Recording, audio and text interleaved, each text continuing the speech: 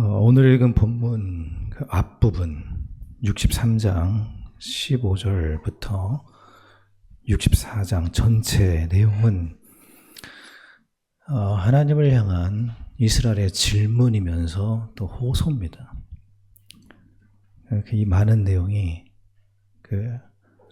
어떤 질문을 담고 있습니다. 그리고 어떤 요청이 담겨 있습니다. 간단하게 한마디로 정리하면 왜 하나님 우리를 버리셨습니까? 그런 질문이에요. 그리고 하나님께 돌아와 달라라는 요청입니다. 돌아와 달라. 그러니까 질문자, 여기 질문하는 질문자는 자기들이 지금 받고 있는 그 고통의 원인이 하나님께서 버렸기 때문이다. 이렇게 생각하고 있습니다. 하나님이 떠났기 때문이다. 이렇게 생각을 하고 있습니다. 여기에 대해서 답변하신 것이 오늘 읽은 본문입니다. 하나님 이렇게 답변을 하셔요. 나는 나를 구하지 아니하던 자에게 물음을 받았다. 쉽게 말하면 기도하지 않던 자들이 내게 찾아와서 묻는구나. 그리고 나를 찾지 아니하던 자에게 찾아냄이 되었으며 나를 찾지 않던 자들이 나를 찾아왔구나. 내 이름을 부르지 아니하던 나라에 내 이름을 나를 부르지 아니하고 나를 찾지 아니하고 내 기도하지 않던 자들이 내게 와서 질문하고 묻는구나. 내게 찾아와서. 그리고 왜 나에게 떠났느냐. 다시 돌아와 달라라고 이렇게 호소를 하는구나. 여기에 대해서 하나님이 이렇게 답변하셨습니다. 내가 여기 있노라. 이렇게 답변하십니다. 이 말씀은 간단하게 말하면 너희들이 생각하는 것처럼 내가 떠난 게 아니다라는 말이죠. 나 여기 있어 라는 말입니다. 그리고 뒤의 말씀에 의하면 1절 이후의 말씀에 의하면 내가 떠난 게 아니고 너희들의 마음이 떠난 거야. 정리하면 그 얘기입니다. 너희들의 마음이 나에게서 멀어진 것이지 나는 여기 있다. 이렇게 말씀하십니다. 근데 내가 여기 있다 이렇게 말씀하실 때 이게 히브리인들이 사용하던 용어인데 주인이 종을 부를 때 예, 제가 여기 있습니다 라고 답변할 때 썼던 그 용어입니다. 그 히브리어로 히넨이라는 말인데 그러니까 종들이 낮은 사람들이 저 여기 있습니다 라고 말할 때 쓰는 용어예요. 그러니까 하나님께서 내가 여기 있다라는 말을 권위 있게 하신 게 아니라는 거죠. 높으신 그 권위를 가지고 나 여기 있노라 이렇게 말씀하신 게 아니고 내가 여기 있다라고 눈높이를 종의 자리까지 낮추신 겁니다. 그러니까 우리와 눈높이를 맞춘 것이죠. 우리가 종이니까요. 그 눈높이를 맞춰서 서둘러서 내가 여기 있다 이렇게 말씀을 하신 겁니다. 이게 서둘러서 하는 말이에요. 주인이 부를 때 저 여기 있습니다 라고 서둘러 말하잖아요. 그러니까 그런 뉘앙스를 담고 있는 겁니다. 내가 여기 있다. 이게 어떤 의미입니까? 과거 역사를 보면은 왕들이 시녀를 사랑하는 그런 이야기들이 좀 있죠. 우리나라 조선에도 그런 이야기 있습니다. 근데 왕이 시녀를 사랑하게 되면 사랑하는 순간부터 그 신분의 격차는 사라지죠. 같이 동등하게 되는 거예요. 그게 사랑이죠.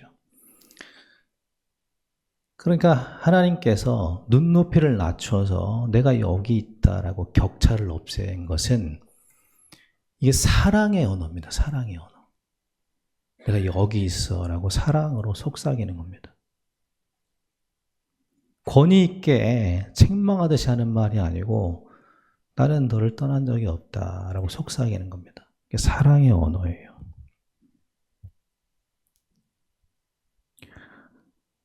하나님은 서둘러서 이스라엘 백성들에게, 이 질문하는 자에게 나는 여기 있다 이렇게 말씀하십니다.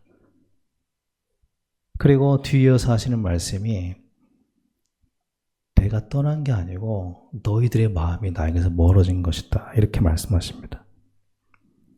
그래서 앞에서 하나님이 에돔의 교만에 대해서 말씀을 하시죠. 그리고 교만의 본질은 콧대를 높이는 것이 아니고 하나님이 별로 필요 없는 것처럼 사는 것임을 말씀하셨습니다. 우리가 좀 콧대 높은 사람들을 교만하다라고 생각하는데 성경에서 말하는 교만의 본질은 그게 아니고 하나님이 별로 필요하지 않은 삶을 말합니다. 그렇게 사는 거예요. 왜냐하면 내게 필요한 게 다 있으니까. 되게 많은 게 갖춰져 있기 때문에 별로 불필요하다고 느끼는 겁니다. 그런 마음을 교만이라고 하는 거죠. 은혜가 별로 필요하지 않은 마음. 내가 살만해져서 기도할 필요를 못 느끼는 마음. 그게 교만이죠. 그래서 하나님은 교만을 경계하십니다. 이 이전에 하나님께서 60장 말씀에 이렇게 말씀했습니다. 온 세상을 캄캄함이 다 가리웠다. 근데 오늘 말씀을 통해서 우리가 알게 되는 것이 한 가지가 있는데 온 세상이 캄캄함을 가리웠다라는 말은 빛이 사라졌다는 말이 아니라는 거죠. 내가 여기 있다. 빛인 내가 여기 있다. 그러니까 빛은 사라진 적이 없다는 겁니다. 그러니까 세상이 어둡다라고 하는 것은 하나님이 떠나서 빛이 사라져서 어두운 게 아니라는 얘기예요. 내가 여기 있다는 겁니다. 너희들의 인생이 어두운 이유는 내가 떠나서 어두운 게 아니다라는 겁니다. 나는 여기 있었다. 항상 여기 있다. 그러니까 왜 어두운 것입니까? 예수님께서 오신 이유를 뭐라고 말씀하십니까? 나는 눈먼 자의 눈을 뜨게 하기 위해서 왔다. 세상이 어둡고 인생이 어두운 이유는 빛 대신 하나님이 떠났기 때문이 아니라 그 눈이 어두워졌기 때문이라는 겁니다. 맹인이 되었기 때문이라는 거예요. 그리고 그 교만으로 인해서 그렇게 눈이 어두워졌다는 겁니다. 인생이 어두운 사람들이 있습니다. 근데 그 어둠의 이유를 우리는 상황에서 찾죠. 근데 하나님은 이렇게 말합니다. 인생이 어두운 이유는 우리 마음속에 하나님을 필요로 하지 않는 그런 교만한 마음 때문이다라고 성경은 얘기합니다. 그게 인생이 어두운 이유래요. 하나님은 한 번도 우리를 떠난 적이 없다라고 얘기합니다. 내가 여기 있다. 그건 지금을 말하는 거거든요. 하나님의 현존을 얘기합니다. 하나님은 항상 여기 있는 존재다. 떠나지 않고 계신다. 이 얘기를 하고 계십니다. 그러면서 이렇게 말씀하셔요. 너희들의 교만은 이렇게 드러났다라고 얘기를 하십니다. 4절 5절에 이렇게 말씀하십니다. 그들이 무덤 사이에 앉으며 은밀한 처소에서 밤을 지내며 돼지고기를 먹으며 가증한 것들에 국을 그릇에 담으면서 이것은 뭐를 얘기하냐면 하나님의 말씀과 아무 상관없이 사는 그런 삶을 말합니다. 말씀을 떠난 삶, 그러니까 죄악의 삶을 말해요. 근데 그렇게 살고 있으면서도 뭐라고 말을 하냐면 5절에 보면 이렇게 한다는 겁니다. 사람들에게 이렇게 한다는 거예요. 너는 네 자리에 서 있어라. 그러면서 내게 가까이 하지 말아라 라고 한다는 겁니다. 왜냐하면 나는 너보다 거룩하기 때문이다. 너는 내게 감히 가까이 할 수 있는 그런 사람이 아니다. 그러니까 선을 긋고 부류를 나눈다는 겁니다. 나는 다른 사람이야. 가까이 하지 마. 교만의 형태가 이렇게 나타난다는 겁니다. 자기 자신을 다르게 여기고 사람들과 비교하고 구분하게 된다는 겁니다. 부류를 나눈다는 거예요. 서열을 나눈다는 것이고 계층을 나눈다는 겁니다. 그러니까 여기에는 사람을 사랑하는 게 없고 비교하고 구분하는 교만이 있다는 거죠. 그렇게 드러난다는 거예요. 교만은 사람을 구분한다는 겁니다. 나는 달라라고 생각한다는 자체가 교만이라는 겁니다.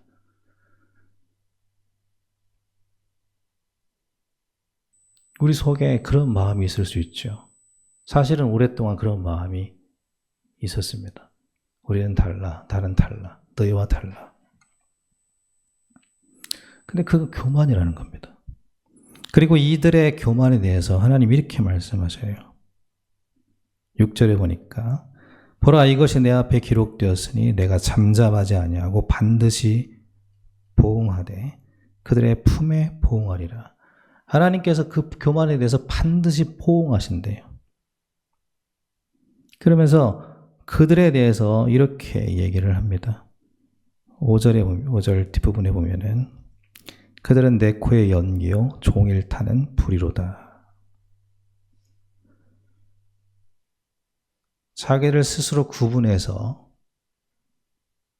다른 사람과 구분하고 내게 가까이 하지 말아라 부류를 나누는 자만한 자들, 그들을 향해서 그들은 내 코에 연기고 종일 타는 불이다 라고 말씀하십니다. 연기라고 표현할 때 그 연기는 코를 자극하죠. 그럼 불쾌감을 상징하는 단어입니다. 하나님께서 그들을 불쾌하게 여기신다는 겁니다. 그리고 불이라고 하는 것은 하나님의 분노를 상징해요. 그들은 나를 분노하게 하는 자다라는 겁니다. 교만은 하나님을 불쾌하게 하고 분노하게 한다는 겁니다. 그리고 하나님은 반드시 그들에게 보응하신다 이렇게 말씀하십니다. 왜냐하면 7절에 보면 중간에 보면 그들은 그 죄악으로 말미암아 나를 능욕하였음이라. 교만은 하나님을 능욕하는 행위라는 겁니다. 근데 여기에서 하나님이 이렇게 말씀을 하시면서도 하나님이 정말로 우리에게 하고 싶어하는 말씀은 1절이에요. 진심으로 우리에게 전하고 싶어 하시는 말씀은 1절입니다. 심판이 아니라 내가 여기 있다라는 말씀입니다. 나 여기 있다. 그 말은 무슨 말씀이죠? 아버지가 집에 있으면 탕자는 언제든지 돌아올 수 있다는 겁니다. 희망의 말씀을 주는 거죠. 언제든지 돌아와라. 내가 여기 있다. 그 하나님의 사랑을 알기를 원하시는 마음입니다. 그 사랑이 전달되기를 원하시는 거죠. 언제든지 돌아와라. 언제든지 돌아와서 회복되기를 원하는 하나님의 마음인 거죠. 아버지의 마음인 거죠. 우리는 늘 아버지께로 돌아가는 삶을 살아야 됩니다.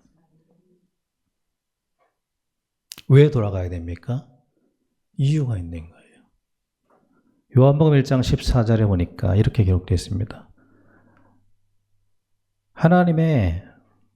예수님은 하나님의 말씀이라고 있습니다. 그러니까 하나님의 말씀, 하나님이 전달하는 가장 하나님의 마음이 담긴 말씀이 예수님이거든요.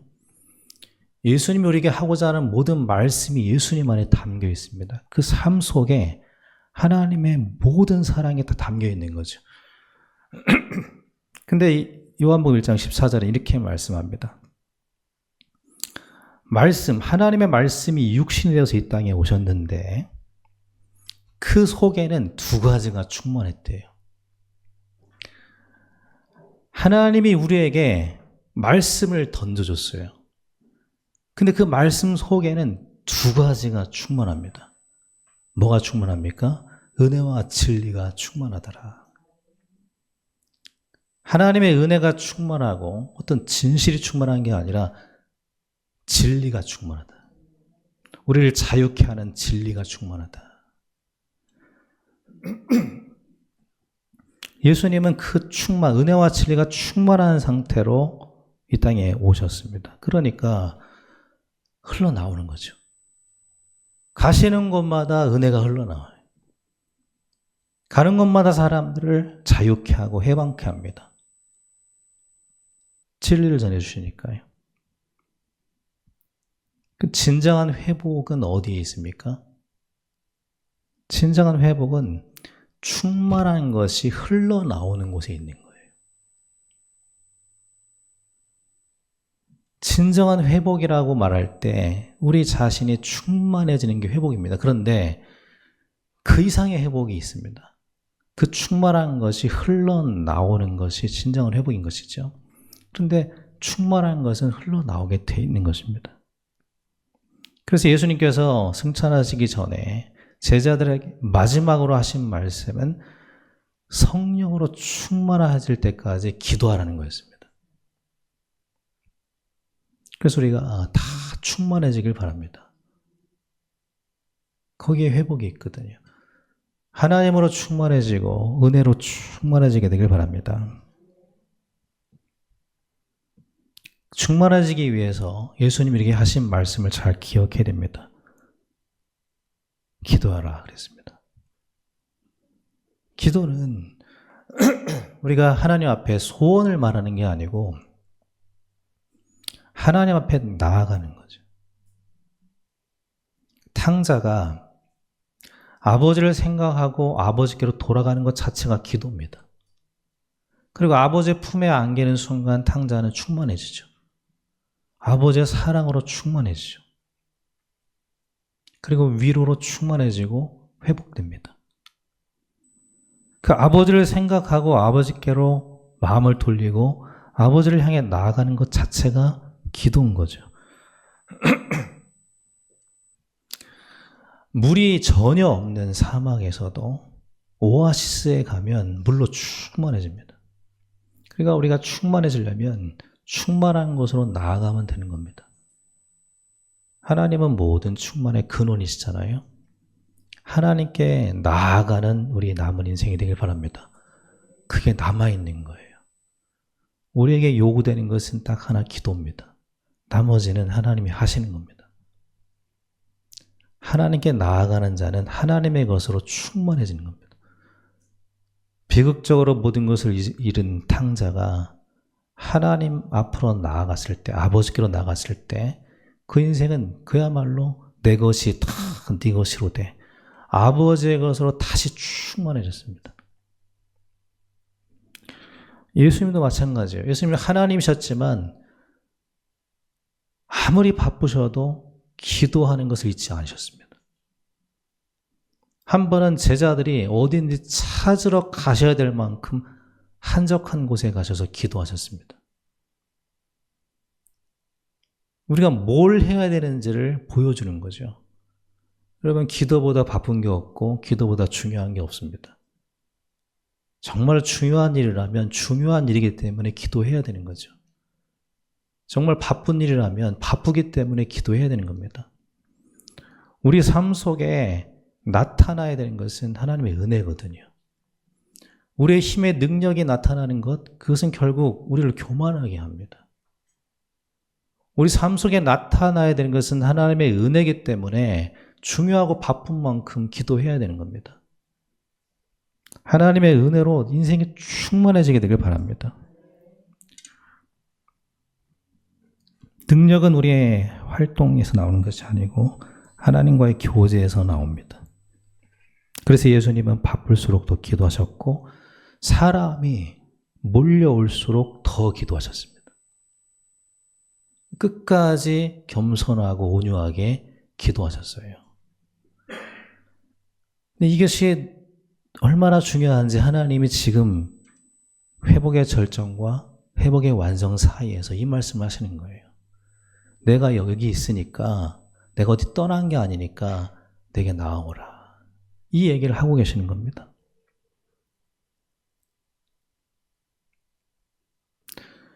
성경에 보니까 로마서 8장 28절에 보니까 하나님을 사랑하는 자에게는 모든 것이 합력하여 선을 이룬다라는 말씀이 있습니다. 합력하여 선을 이룬다라고 할 때 그 선이 뭘까요? 하나님의 선. 이게 오늘 말씀하고 다 있는 부분이에요.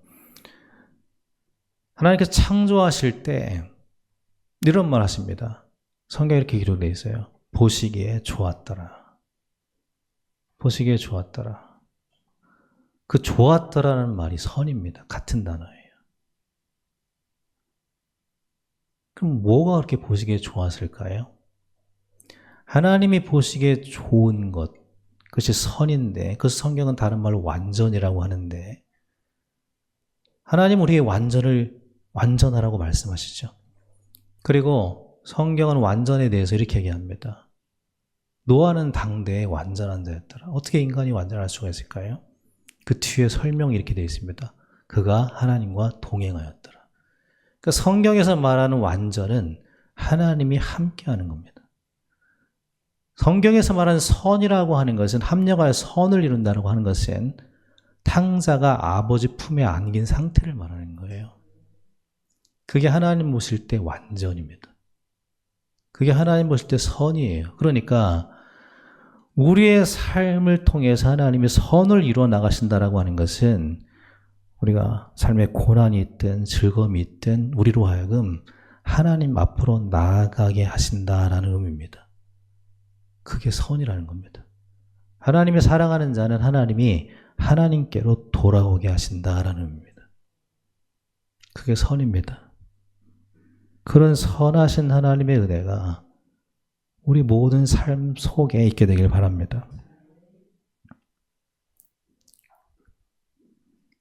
그의 예를 바울은 보여주죠. 바울은 자신의 약함을 두고 기도했습니다. 하나님, 내 인생에 가시가 있는데 이것 좀 제거해 주시면 안 되나요?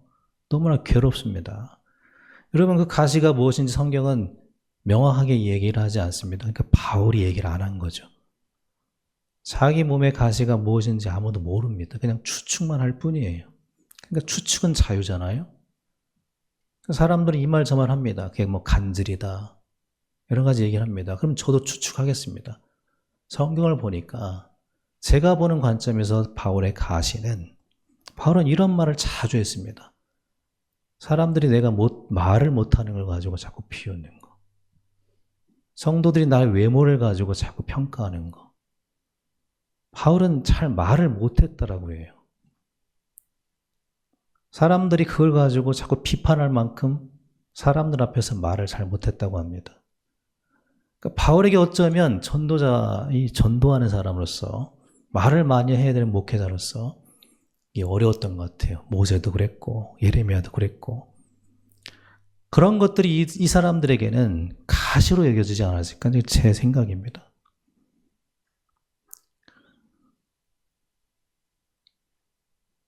어떤 것인지는 알 수가 없습니다. 그러나 어쨌든 그것을 놓고 바울은 오랫동안 기도했지만 하나님께서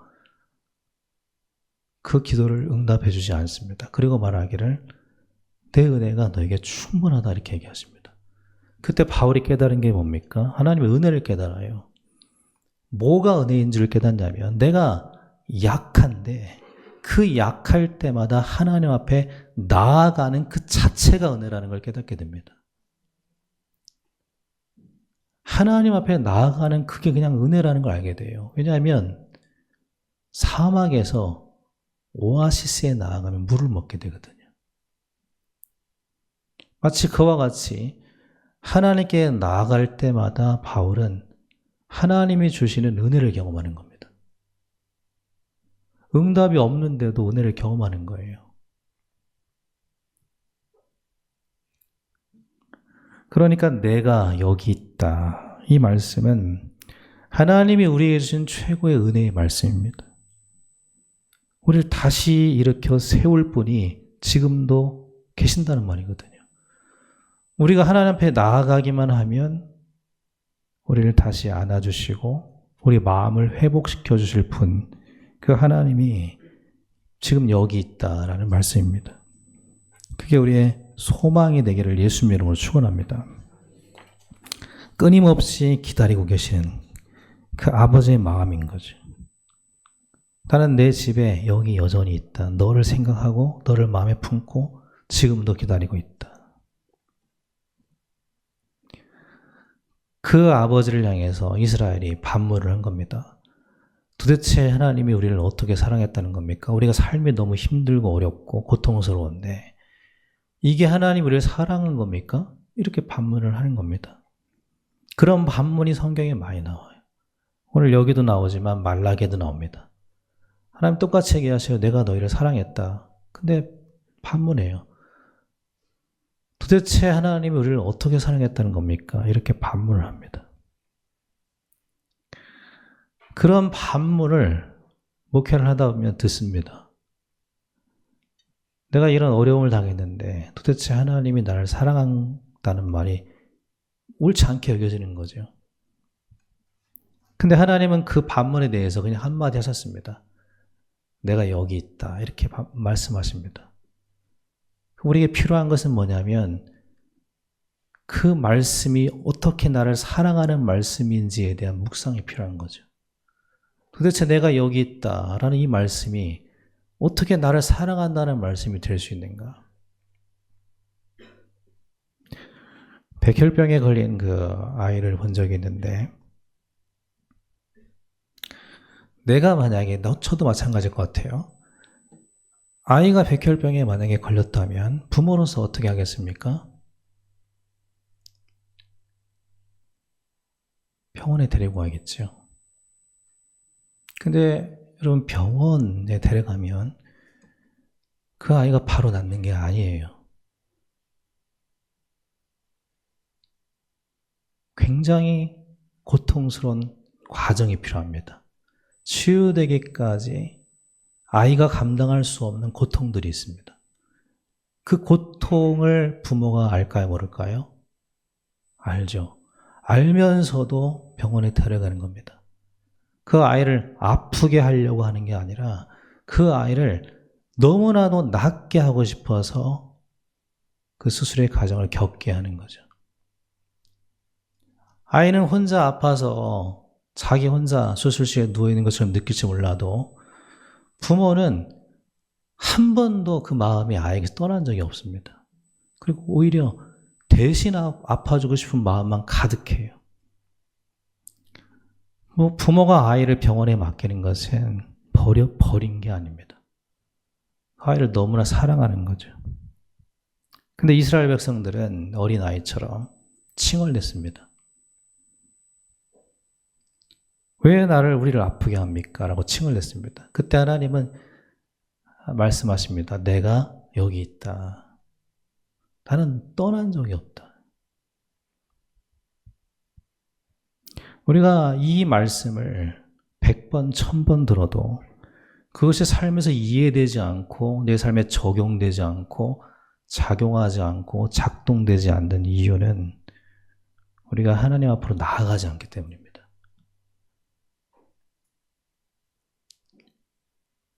사막에는 분명히 오아시스가 있어요. 그러나 그 오아시스로 가지 않으면 그 물이 내게 적용되지 않습니다. 그 생명수가 내게 작동하지 않는 거죠. 그래서 하나님은 내가 여기 있다라고 말씀하십니다. 근데 우리는 잘 나아가지 않죠. 다른 곳으로 자꾸 갑니다. 다른 걸 의지합니다.